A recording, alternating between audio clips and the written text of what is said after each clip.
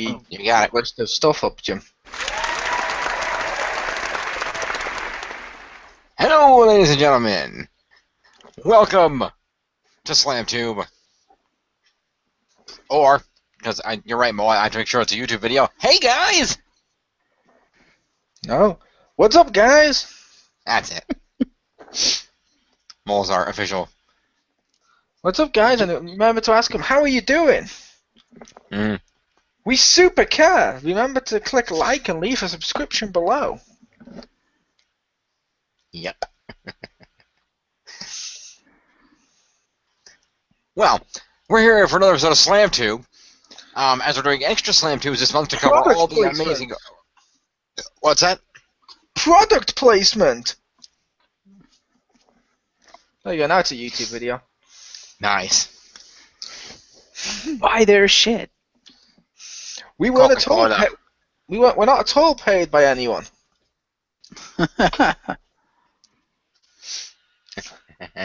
Sorry, that'll be the last one. No, it won't be. This SlamTube brought to you by Diet Coke, because I'm ironic. Regular Coke, because it's better. Yeah. It is, but you don't get a body like mine drinking regular Coke. That is true. That's why Diet Coke sucks. Yep, exactly. Like I said, I'm ironic. He is ironic. So, as I was saying, we are here with one of our extra SlamTubes to talk about all the wonderful WrestleMania-related content that's come out that we just couldn't cover all in one night. WrestleMania month, baby! Pretty much. So, for this video, we're going to cover the WrestleMania... What's that? There's one more 3 videos in a month. I mean, we're literally only doing 3. True. You are not wrong. But at any rate, for this video, we are covering the WrestleMania of NXT, as it was called. NXT Takeover Dallas. Yeah. Yay. Indeed. So, of course, this is coming live from Dallas. Your commentators for the evening are Tom Phillips and Corey Graves.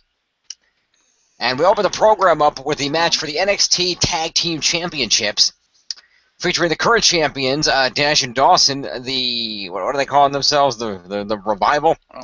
Before we do that, did anybody see the pre-show? I didn't see the pre-show, but... Mole? Nope. Okay, we'll skip that. Before we go into the match, I just want to say, Tom Phillips, if you're out there, if you're watching us, never try to be black again. It doesn't work. I don't know if you heard that, but oh my God, the way he said something, I swear to God, he was trying to be black. And I was like, no, dude, you sound so white right now. Well, yeah, the kickoff panel was Renee Young, SmackDown commentator Mauro Ranallo, and WWE Hall of Famer Lita, who basically ran down the matches and gave their thoughts while some promos played. There were not any matches on the kickoff show. Cool. Fair enough. So, as I mentioned, we're opening this up with a tag team title match where the champions, Dash and Dawson, the Revival, are defending their titles against Chad Gable and Jason Jordan, American Alpha. And this may be a little controversial, but I'm giving this my match of the night. It was a good match. It was a good match. I loved this match. This was a great match. You mean match of the night to the match with the worst botch of the night? It had one botch, and it was a pretty bad botch, but it was... But aside from that, the rest of the match... I didn't say it had many, I said it had the worst. One could still be the worst. True. That's true. I don't know, I feel the rest of the match was so good that I'm like, okay, I'm willing to overlook the one botch, especially since it's not like anyone got injured over it or anything. Luckily. Yeah. It's not like anyone got injured, but it's like no one got injured when they threw the briefcase into the ring that hit Roman Reigns. It still shouldn't happen.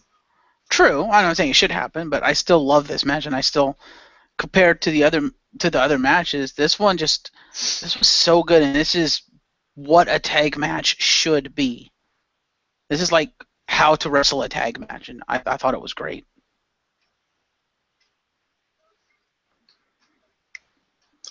It was a very good tag match. The action back and forth was great. All 4 of these guys are very athletic. They put on a hell of a show.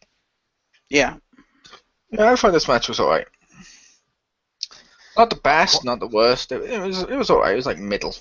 Indeed, there's It was a good opening match. It was a lot of close calls on pinfalls. You thought it was going to be, but it wasn't. But in the end, Chad Gable and Jason Jordan managed to pull it out and be crowned the new NXT Tag Team Champions. Mm-hmm. They deserve it. Indeed.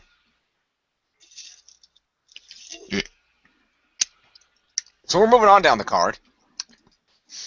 And also, by the way, I would also be remiss in this match if I didn't mention the crowd was hot for this entire show. No, not really. They were hot for this match. They were on enough for. We have to realize for certain matches, like when we get to the Zayn Nakamura match later, they were silently just observing art in its purest form. But sure, we'll get to that. But they were certainly hot here with the "Which one's Dawson, which one's Dash" chant. Chanting for Gable and Jordan. I'm relatively sure that after that botch, there was a "You fucked up" chant. Yeah. Yeah, but we're meant They to were on top of this match. I always like seeing the crowd be involved in the show. It always makes it better, in my opinion. Yeah. Oh, the crowd was very much into this match. They love this match. That doesn't always make it better. No, it doesn't always. I point you to the Raw after WrestleManias. Mm-hmm. The crowd are certainly involved. Yeah. Involved in pulling Roman Reigns out of the building. That's neither here nor there. No, I mean involved in trying to blow smoke up their own asses every single month. Because whether or not we agree with the Roman Reigns thing doesn't change the fact on Raw, they always just go all over the place. And like after WrestleMania, they're always like, "Oh, let's just boo every face almost, and let's just cheer every heel because we're edgy, and let's shout all the stuff we're not supposed to." I didn't see the beginning of the show because I usually don't because I work. But didn't Michael Cole open the show by saying, "By the way, fans are going to do this shit"? Yep, he did that. Vince addressed it. WWE addressed the shit out of it this time around, just because they're kind of sick of it. Yeah, personally, I'm sick of it. They remind me too much of the NXT crowd. Fair enough. By the way, one other thing about this match I noticed. You remember the point where where Dash and Dawson stuck a double team behind the ref, and then after they hit it, one of them slid out of the ring, and the wrong one went for the pinfall? Do you think that was intentional and scripted part of the match, or do you think they actually forgot which one of them was the legal man? Or was there like an inadvertent tag that they didn't realize they did? Because I couldn't tell. It was probably scripted. All right. I'd be surprised if it wasn't a spot they were supposed to hit. Fair enough. So, moving along. Following this awesome match and the crowning of the champions, we have our match between Baron Corbin, the well-established heel, and the newcomer from Florida, Austin Aries. This match sucked. It kind of did. It was better than I thought it'd be. And this match did what it needed to. It got Austin Aries to get his win. It let you see what Baron Corbin can do if he gets his hands on you. Like, they talked him up and showed him in this match actually being pretty useful. It wasn't the worst match on the card. True, and it's ironic the other talk Baron Corbin was being useful, and they decided the best way to display that going forward is to have him win the most useless trophy in WWE history, since the Slammies. I don't know. For me, this was the worst match on the card. Yeah. I did not like the match. I'm like, I wanted to like this match. I wanted, because I was like, oh, it's Austin Aries, but I was like, man, even Austin Aries can't make Baron Corbin look good. That's how kind of shit Marcus Baron and I were Corbin is. talking about this, and Marcus made an interesting point. The problem with Baron Corbin is that he's a big dude, which is fine, but he's a big dude. He's one of those dudes where he's tall, but he's not big enough to really be. They can't, he's big, but not big enough to be used like a Big Show or a Braun Strowman. But he's at that Kane size, but he's not talented enough to do the kind of things that Kane does to make his size work. And that's kind of where he's stuck in a position where they're like, well, he's a big guy, we'll book him like a Big Show or a Strowman, but it doesn't look good because he's not big enough for that to be believable. They're not booking him as a Big Show. No, they're not, and that's the problem. No. That's smart because if you tried to book him like a Big Show, it wouldn't work. Yeah, but I'm saying I'm saying they're not booking him as a Big Show. What they're booking him as, and it makes perfect sense with the size he is, they're booking him more like a Test or a Nash. Where Which Okay. he's got the pants on, and the moves he's doing suit him. He's not that he has actually improved enough. I'm not going to say I completely hate him or anything like that, or slag off his stuff. He was in developmental to do what he did, and he improved. And when you saw the spots he hit, unlike the last match, he didn't botch it to the point of looking that bad. And it was clean, and he's big enough, but he's not like the overly muscular, slower big man. He's big enough, but at the same time, he's light and fast enough that he is a threat. Like, look what happens. Austin Aries was beginning to win the match. He grabs him like that, and he just tosses him around, throws him into stuff. And the second he gets his hands on him, like the commentator said, he gets his hands on you, and his boxing background, his mentality makes him pretty ruthless once he gets his hands on you, which that's kind of cool. He's not trying to be Big Show. He's not trying to be Kane. He's trying to be the first Baron Corbin, and it works. Right, which is fine, and I never said it should be Big Show. What I said was he's not big enough physically to be a Big Show. So you can't book him as like the Raw strength, where you have the small guy go after him, beat the crap out of him, and then like Big Show will just knockout punch done or choke slam done. Just grab him, one hit takes the entire offense away. He's more of that Kane size, and then like you said, like the Kane size, like Kevin Nash, Test, which is fine. But if you look at those superstars that were that size that were hugely successful, that you could put the lighter weight superstars against, and both would look credible, both would look good. They were able to keep up with the faster superstars. Corbin just can't keep up enough to make the match interesting, because while he's got the build for it, his style is more the big man style, and that's the problem, is because he doesn't have that inherent, I'm not even going to say speed, because he is pretty quick on his feet, but he can't keep up with them, and because of that, the match kind of, it lacked. It was boring, and I was just like, this is not a very good match, because I think it's because it's a mismatch. It's not because Corbin sucks. I just don't think Austin Aries was the right opponent for him. See, I think he can keep up with him perfectly fine. It's just he's not going to be putting on a technical clinic or anything like that people love. I think he can keep up with him fine based on his like NFL background and stuff like that. And when you see him go, he's athletic enough that it works. I think he did his job well. He's not going to be the guy that tosses them or that basically competes with the smaller guys equally, but he doesn't have to be. He's not Big Show. Like I said, I used the Nash or Test analogy because they constantly threw around the smaller guys. Austin Aries versus him is like Nash versus Rey Mysterio. Nash didn't keep up with Rey Mysterio. He dominated him whenever he got close to him. Yeah, but the thing is, if that's the case, then and if he can actually get with him, then it was a horribly scripted match, because the reason I did not like this match, and I felt this match was boring as all hell and just was not very good, was because it felt like Austin Aries was holding back because he had to. He wasn't unleashing. He was not moving very quick. It felt like he had to slow down, or was being told to slow down, because Corbin just couldn't keep up with it. So it's like, well, you got to slow down your offense. And it just felt so slow and so lackadaisical, just lacking energy, because Austin Aries wasn't allowed to fly around the ring, and that's the difference. You could take like a Kevin Nash versus Rey Mysterio. Mysterio could fly around the ring, and Kevin Nash can keep up with that. Kevin Nash can work with that.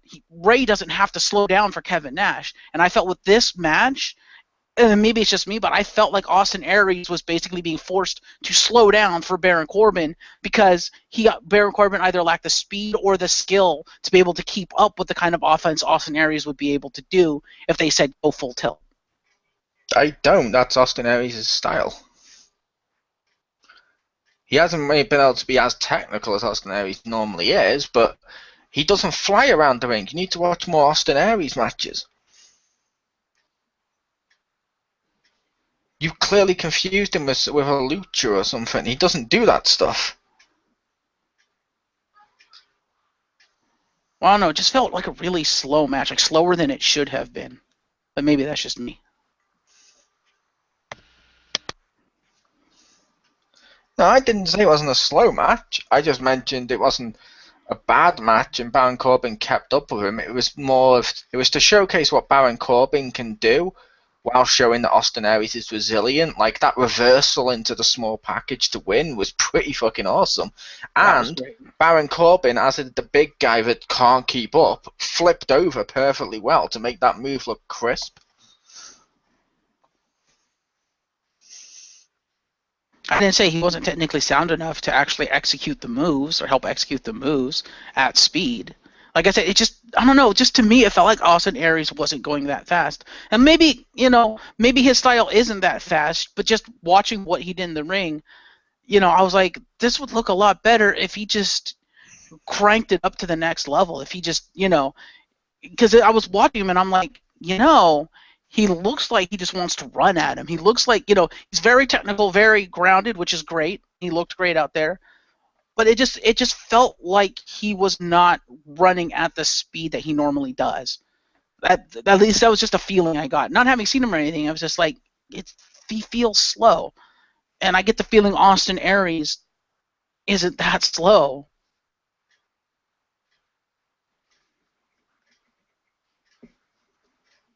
But because I haven't really seen any of his matches, so.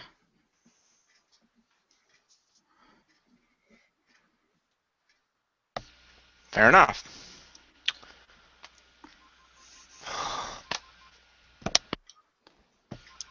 Whatever.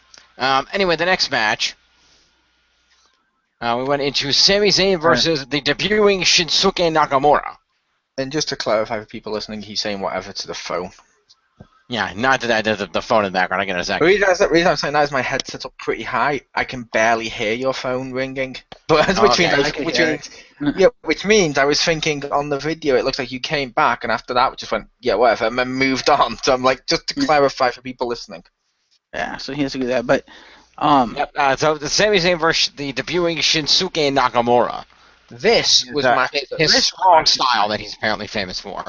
Yeah, but like I said, this was match of the night. This was probably the closest we've had to a 5-star match in a while. See, I don't know about that. It was a fun match to watch, and maybe it's because Nakamura's style is so different, it kind of threw me off. But to me, and Jim kind of agreed with this, to me this match felt kind of sloppy. And again, it might just be due to his style, and I don't know who the hell that is, so I'm ignoring that. But yeah, I don't know. Just to me, it was sloppy. There was good moments. Nakamura showed that he's quick.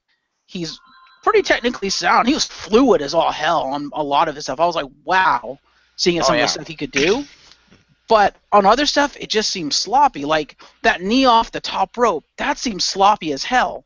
But that might have been because of his style. Just to me, it's not visually pleasing. It's like the Batman Begins, where they used the Casey fighting method, which is a valid fighting method. When and you looks see it fucking awesome.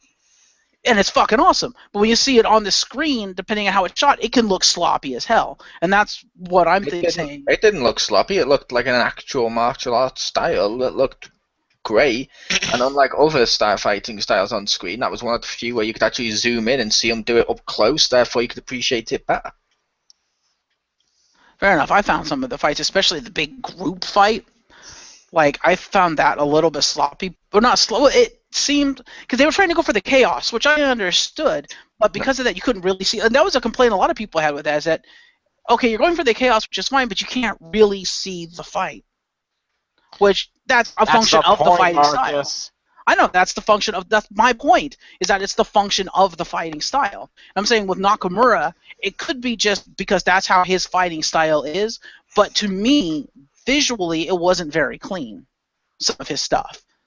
Yeah, I'm talking about in wrestling in general. Doing that things fast you can't see it, you realize how much of wrestling is done so fast you can't see it on purpose because you could see it, it would look fake as hell. Yeah. I didn't say the speed, I said it looked sloppy. No, you clearly said when you're doing this fast you can't see it. You explicitly said that. I was talking about the KZ fighting method in Batman, Which is an actual martial art, unlike which wrestling. is an actual martial art. Yes. It's a real sport, unlike wrestling. It's more like UFC. Yes. I'm not debating that. I'm just saying, Real she's sport. as an example of, because of the way the fighting style is, depending on how you're viewing and how it, especially because this was in a movie, how it's shot, it could get, it's supposed to be chaotic, but in that chaos, it doesn't look as crisp. It's hard to see. And I was saying with Nakamura, because of what his fighting style, possibly because of what his fighting style is, to me on the screen, it wasn't visually pleasing. It looked sloppy. See, I thought this match was, like I said, this match got my match of the night. It did everything I thought almost right. Like, debuting him and putting him in this match, it showcased what he could do. It looked beautiful. It looked fast. It was exciting. It was new.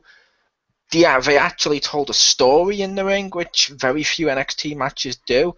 And like at the end with the handshake, this was a 5-star match. Yeah. Not to mention Nakamura got his nose busted off when it was bleeding all over the place. Yep. Yep. Yeah, I agree. It was an excellent, excellent match. I'd probably also call this match of the night. It was a bit slow to start out, but that's because that's the style that was intended for that type of a match. It's just that going into a Sami Zayn match, that's not the first thing I expect to see. But because Nakamura is such a different style than Sami Zayn, it was unique and different for the match. And once I got used to the speed and pace of the match, it was really good. There was a lot of great mat wrestling, reversals, they're back and forth. The best part was when Sami Zayn went for the through the turnbuckle DDT and Nakamura just kicked him in the fucking head. I was going to say, you hypocrite. What? When we were talking about it last night, when I mentioned I thought it looked kind of sloppy, but it might have been because of the fighting style, you agreed with me. Well, no, I didn't say that some of this stuff didn't quite look a little bit sloppy. A little bit of it did. I don't deny that, but it was still a good match. Oh, it was a good match. I'm not saying it wasn't a good match. I'm just saying, to me, it felt a little sloppy, and that's why it's not my match of the night. So I'm like, So and what you're it saying didn't feel is as fast as I thought it was going to be seeing what Nakamura was doing. I was like, I expected it to be a little fast-paced considering it was Nakamura and Zayn. So what you're saying is if something is sloppy, it can't be match of the night. I mean, you gave match of the night to the one with an actual botch because they were sloppy. Yeah, because it was one thing as opposed to this match where half the match I was like, this feels really sloppy to me. Like, I was seeing spots and I'm like, that looked kind of sloppy. And like I said, it might be because with his style, he's trying to be more fluid, which I noticed that he's trying to be more flashy and showy. But I'm like, be a little more crisp with your moves, dude. Which is fair enough. That's to But you. yes, the moves aren't supposed to be crisp. The moves are. The person is. I apologize for interrupting you, Mole. And then you continue and do it. Go ahead, Mole. No, all I was saying was that's fair enough. And as you kept saying over and over again, that's to you, Marcus. But to me and Jim, it looked good. Yeah, part of it. I'd say part of it did look sloppy, and I certainly say that. And part of it is back and forth. I was kind of wondering, like, this dude looks a little bit sloppy. I don't know about this, but as I watched the match, I'm like, this is still a really good match despite all that. And as I think about it in retrospect, it kind of makes sense that remember, he's all about the strong style. And if your focus is on, I want to deal as much direct brute strength to this guy as possible, these hard hits, they're not going to look that crisp. You're focusing more on dealing damage than you are on the shots hitting cleanly. Yeah, it's more about the impact than it is about the flash as such. It's not about making everything look crisp and like, oh, look at how he clipped him. It's about, oh, look at how fucking hard he clipped him. Yeah, exactly. Was he supposed to do that? Oh, that's hard hitting. Yeah. That's a great style. Complaining about that style would be like saying, ooh, I was watching Daniel Bryan. I don't like the fact he used a submission move because he's using a submission style. But that's the thing is, I was looking for those impacts, but because a lot of the moves looked sloppy, to me it didn't have the impact that it should have. Like, again, with that knee, the way he did it looked so damn sloppy that I'm like, there wasn't much of an impact there. He just kind of fell on him instead of looking like he actually kneed him in the face. He looked like he just kind of slipped off the turnbuckle and fell on him. That's what I mean is I was looking for those impacts and I didn't really feel the impacts because I didn't feel he landed the impacts. Well, you're right. That particular move, I agree. That didn't look like it connected squarely. But remember, they'd been wrestling for like 25 minutes at this point. Yeah, they've been probably exhausted. I don't think it was a case that they were exhausted. You look at that point, his style was wearing down because it was looking like because right after it, Sami Zayn was starting to build a little bit more offense as well. The idea was he's hard hitting, but as the fight continues, Sami Zayn could pull out of this. Ooh, which one's going to win? That was telling a story. You can't fault him for telling a story. Yeah, that's Like, true. It looked beautiful, and it was just great. It was just great all-round wrestling. Yeah, when those moves hit, they hit. Like, not only the kick to the head, but also the other time when Zayn was out of the ring and he went to, he was coming around at Nakamura, and Nakamura came out at him, and they were on the floor, and Nakamura hit him with that clothesline. It sounded like Sami Zayn took a fucking bat to the head. Yeah, that was hard. I liked his finishing move, though, that Kinshasa kick. That thing was brutal. Holy fuck. It's not a kick. It's actually a running knee. Okay, well, it looks like a high roundhouse kick, but fair enough. Just the way he does it, it's just like, what the fuck was that? And then they actually have to show the slow-mo so you know what's going on. And I'm like, ooh, that's a good move. It's a running knee to the back of the head. It was formerly known as the Bayube or something like that. I looked it up before. I don't remember what it was, something like that. There's something funny about that name, Mo? No, I was just nodding. Yeah, then you smirked. I smiled and nodded. Fair enough. Yeah. Anyway, and I actually liked that move, and I liked that. And when you said that, I was like, yeah, I like that. Yeah, it's a good move. I will say, one thing I did love was his entrance. His entrance was fucking awesome. The only thing I didn't like about the entrance was the flashing lights, because I'm like, oh, that's going into, like, you know, possible seizure territory. And I'm personally, I'm just not a fan of that kind of flashing lights. But aside from that, I loved his entrance. I was like, when he first came out, I was like, oh, that's such a Japanese entrance. That's awesome. Yeah, I like this entrance. And I didn't hear this, but I believe Mark said one of the few times where you get what was it? A "This is awesome" chant for an entrance. No, a holy shit chant for an holy shit chant for an entrance. There we go. Like, he was just standing up on the turnbuckle after he got in the ring, and all you could hear throughout the entire arena was holy shit, holy shit, holy shit. I'm like, wow, an entrance got a holy shit chant. That's a first. I kind of like his look, too. He looked kind of like Iori from King of Fighters. I'd like to see him get in the ring with Hideo Itami. That would be an amazing match. Oh, because they're both Asian. Because they're both good. Not according to you. I never said Nakamura wasn't good. I just said some of his stuff looked a little bit sloppy. Which implies it's not good. Sloppy is not good. Sloppy is messing up. Sloppy is a negative thing. Yes. Unless it's followed by the word Joe. Yes. Moving along. And I can go either way on if it was followed by the word seconds. So Nakamura gains the victory after hitting the running knee to the back of the head finisher. Yep. Mm-hmm. And then we move on. We had a video package hyping this up. Each of the matches had a video package. Before you go on, question. Okay. Was this Sami Zayn's last match in NXT? That seemed to be how the audience was reacting because they gave the thank you Sami chant. And given that he was the next night appearing in the Intercontinental Championship ladder match, I think the audience was assuming that it was Sami Zayn's last NXT match. Yep, But the actual is not remains to be seen. He may be going to the main roster, which is cool. Yeah. Which this was a hell of a match to go out on. So props to Sami Zayn. Totally. So, moving on to the next match, and speaking of people that should be going to the main roster, we have the NXT Women's Champion Bayley defending her title against Asuka. I love this match. This match was awesome. I thought this match was okay. You could tell the crowd were worn out from the previous match. Yeah, they were definitely.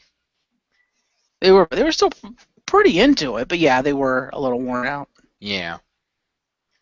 Yeah, it was noticeable how worn out they were.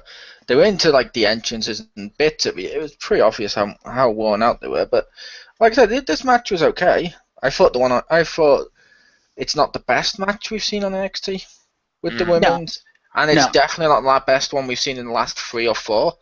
And I'm like, this match just felt like it was filler between the matches.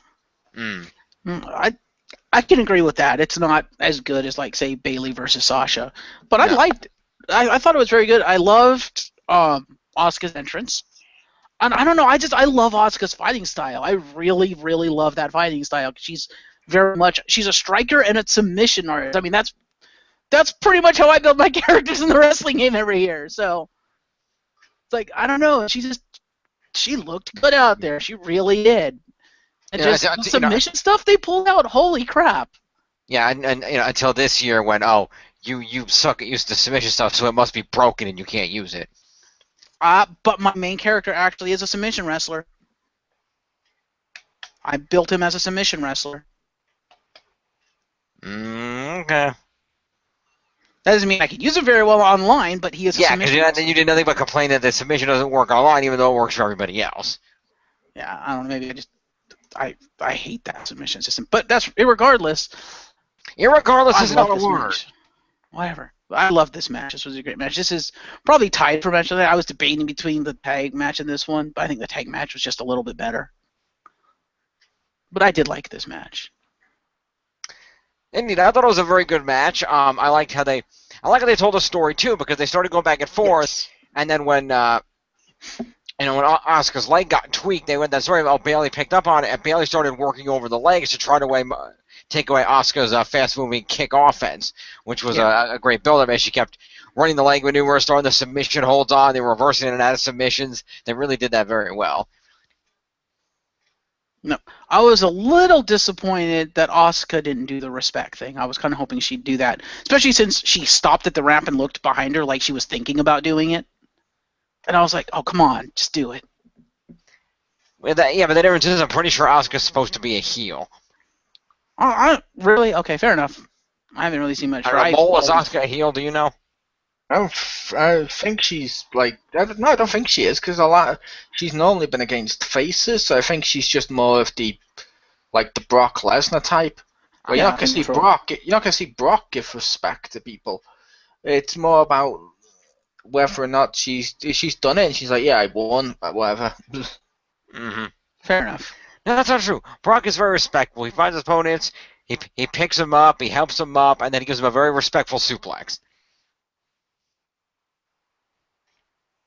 No. Fair enough. Yep.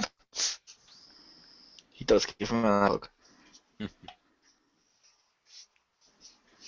Anyway. So, of course, we have our new women's champion, Asuka, after Bayley did not have Bayley passed out in the Asuka lock, which was a great way to do it and have Bayley have a legitimate claim to, I never tapped out. You won the title by default because my body physically couldn't take it anymore, so they can really build up that rematch. I think that'll be good to see. When they messed it up, I felt. You think so? Because afterwards we saw Bayley not passed out. True. It's like when Austin passed out to Brett as the one people would go for, you didn't see him recover for the longest fucking time. Mm-hmm. It's not like straight afterwards he was on like, huh? What happened? What? It's like, that's kind of bad, and that's kind of poor storytelling. I can kind of agree with that. A little bit. That's almost like Cena levels of no-selling, too. If like, oh, you're no-selling the fact you were passed out. Mm. Moving along. Yep. So after Asuka's victory, we have our main event match where the NXT World Champion Finn Balor defends his title against Samoa Joe. Yep. I did not like this match. It could have been so much better, but part of it wasn't their fault. So. Which part was that? The fact that they had to stop every fucking 2 minutes to keep Joe from bleeding all over the place. Valid point. Well, I understand why they did it, and I completely agree with it. But having to do it that many times kind of ruined the pacing of the match. Vince isn't about to tolerate blood on his TV shows unless Triple H specifically puts it there. Right. Like I said, I understand and I agree with why they did it. So that's not a Vince thing. It's not? That's a law thing. Oh, right, because who is he with the hepatitis? Yeah, just because we're on the internet, we don't have to pretend Vince is some boogeyman that hates everything.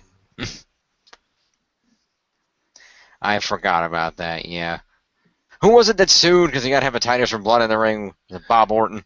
It might have been, but I remember Somebody. people sued about stuff like that. I remember that it's more of a law because that's the same rule that's affecting some of the MMA stuff and all that because of the blood. So they, like in between rounds, they definitely have to check on the blood as soon as they possibly can. Mm. And yet for 25 minutes we can let Shinsuke Nakamura's nose bleed all over the ring and nobody's going to check on that. Except for he got checked on the outside and he looked fine. Did And he? Okay. it wasn't running as much as some of the other stuff. Yeah, it was just all in this area. It didn't really move.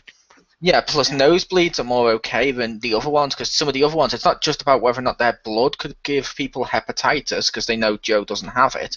It's more about health and safety for the person bleeding too. Yeah, because you don't want them to bleed out in the middle of the ring. That's true. And he could also get an infection or anything. Yeah. But I enjoyed this. It wasn't the best, but I enjoyed this pay-per-view. It's a pay-per-view match. Mm-hmm. The match was okay. It's a tolerable championship match. I feel kind of bad for them, and I hope they have a rematch because I want to see them go at it uninterrupted. I think that could be a hell of a match. I'm going to be honest. I actually missed most of this match. I can't remember why. You fell asleep. Is that why? Okay. I knew I missed a bunch of this match because I knew that must have been what happened. Because I remember I was like watching, all of a sudden I looked up and like Balor was celebrating with the title. I'm like, wait, what? Oh, okay. Just to make the reference, because people like to keep pointing out, oh, it's better than WrestleMania for some unknown reason, NFT fanboys. I will point out, you never fell asleep during WrestleMania. This is true. This is true. Just saying. But I also wasn't watching WrestleMania at like 4 in the morning, but yeah. I was. Yeah. You were.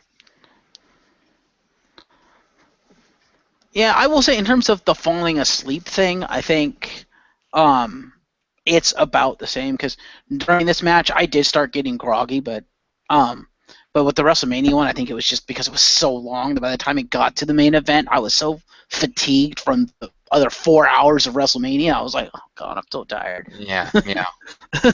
But this match wasn't terrible.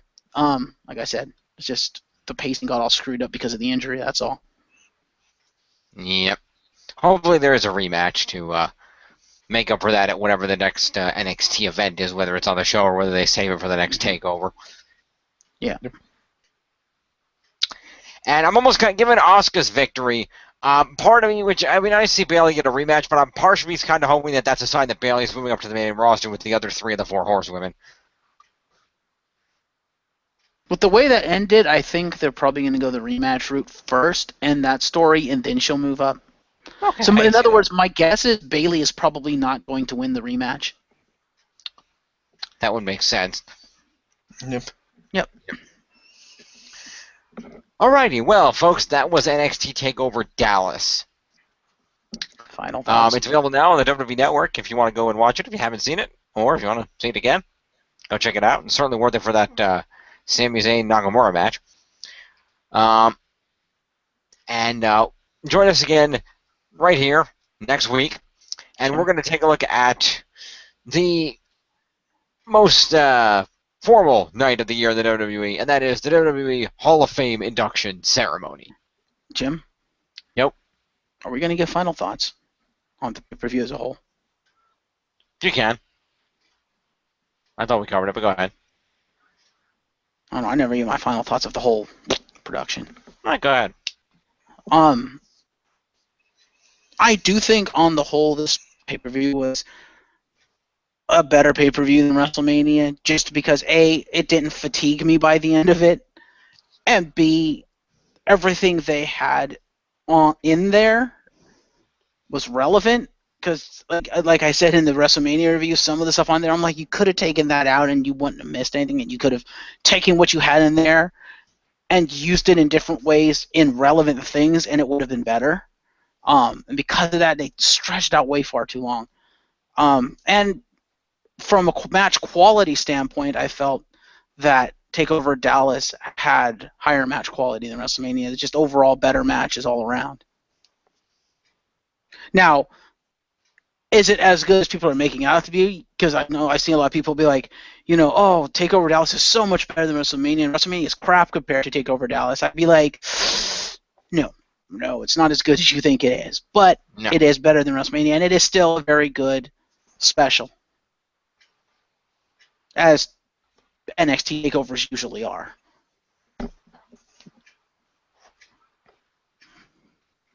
Well, final thoughts? This was okay. I will say, as I've mentioned in the past, I don't get the whole comparing it to WrestleMania. You're comparing a 1 hour thing on an internet channel to something that's actually having to generate sponsorship deals, advertisements, revenue, breaking records with how many people were there, and have mainstream appeal versus something on the internet that's designed to be smaller. You can't compare the two. It's like saying, oh, this 30-minute episode of a TV show is better than this 3 hour movie. It doesn't work. They're apples and oranges, and comparing this to the other NXT takeovers, which is what you compare it to, it's in the bottom percentage. I will. Well, just be honest. There are certain instances in which that analogy would apply, like comparing any episode of the Avatar TV show to the Avatar movie. That'd be comparing whether or not it adapted it well, though. True. Plus, you're not comparing it; you're comparing the adaptation. Anyway, I mean, overall, I enjoyed the pay-per-view. I thought, strictly by match quality, that this was a better pay-per-view, except for the Baron Corbin match. But I also felt like this pay-per-view, there wasn't as much. The matches were better, but WrestleMania had, as expected, more of the entertainment value. There's more for you. Here's some, here's stuff going on in between. Here's interviews. Oh, here's some legends showing up. There's more that's going to entertain you. There's more to keep you on kind of just match. And there's less spectacle, but it's more pure wrestling. So if you like the more pure wrestling, then go with that. And it's you got the match quality. Whereas you like something that's more spectacle. You got that Hell in a Cell match. Brock Lesnar in a street fight. You're gonna have more of the overall entertainment value on the WrestleMania, obviously.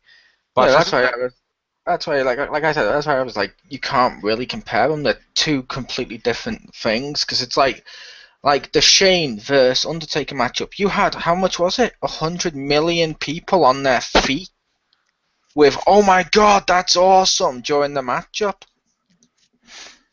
There wasn't 100 million people at Takeover standing up saying this is awesome at a single part.